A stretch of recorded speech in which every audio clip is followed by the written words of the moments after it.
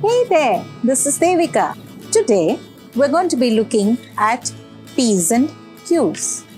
Mind your P's and Q's is a good old English saying which simply means mind your manners, mind your language, and be at your best behavior. Before we go on to anything further, I'd like to share with you a little journey that I had about 2 weeks back.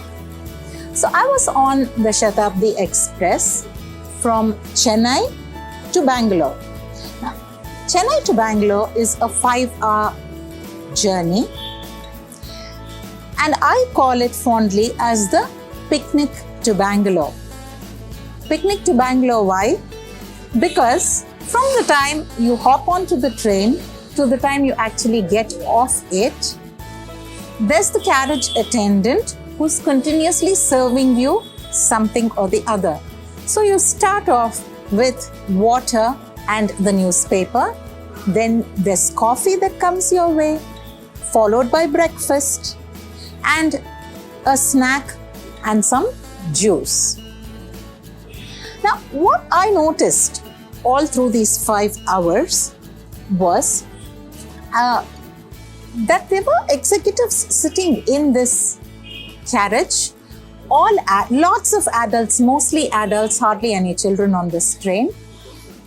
But what I noticed was that not a single of these people, or hardly any of these people, had the courtesy to say thank you to the carriage attendant whilst he came and served them their breakfast or coffee, whatever it was. To the extent that the lady sitting next to me very unpolitely called out to the attendant like this, even though he had a name badge on his chest. She called him like this, and he came up to her and he said, "Yes, madam." She said, "Coffee." There wasn't a please. And when he came and he gave her the coffee, she never reciprocated with a thank you. As I got off this train, I realized that the same carriage assistant had a big smile on his face when I had got in.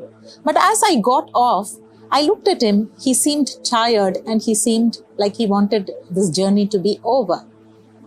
Why? Simply because I felt there was hardly anybody who gave him the courtesy that he deserved.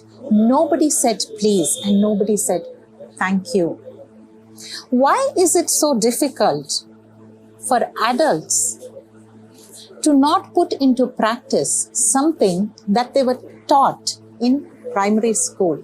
Because that's where we learned our pleases and thank yous, didn't we? In school.